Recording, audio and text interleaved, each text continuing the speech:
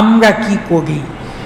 আমরা মিরপুর দরবার শরীফে রাসূলের শুভ জন্মদিনে 12 রবিউল আউয়ালে সকাল থেকে ওলামায়ে কেরামগণ রাসূলের মিলাদ তথা জন্ম, রাসূলের সিরাত তথা জীবন আদর্শের উপর কোরআন হাদিস থেকে আলোচনা পেশ করার পর সারা দেশ থেকে অগণিত আশিকে রাসূলদেরকে সাথে নিয়ে এই মিরপুর দরবার শরীফে রাসূলের উপর দরুদ এবং সালাম পেশ করা হয়। কি হয় না হয় না?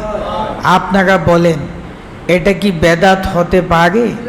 রাসূলের সাহাবায়ে কেরামগণ কি রাসূলের উপর সালাম পেশ করে নাই? রাসূলের উপর আলোচনা কি করেছে না করে নাই? সম্মানিত আশিকে রাসূল ভাগা, সেই কাজটাই আমরা 12 রবিউল আউয়ালে এই মিরপুর দরবার শরীফে পালন করে থাকি।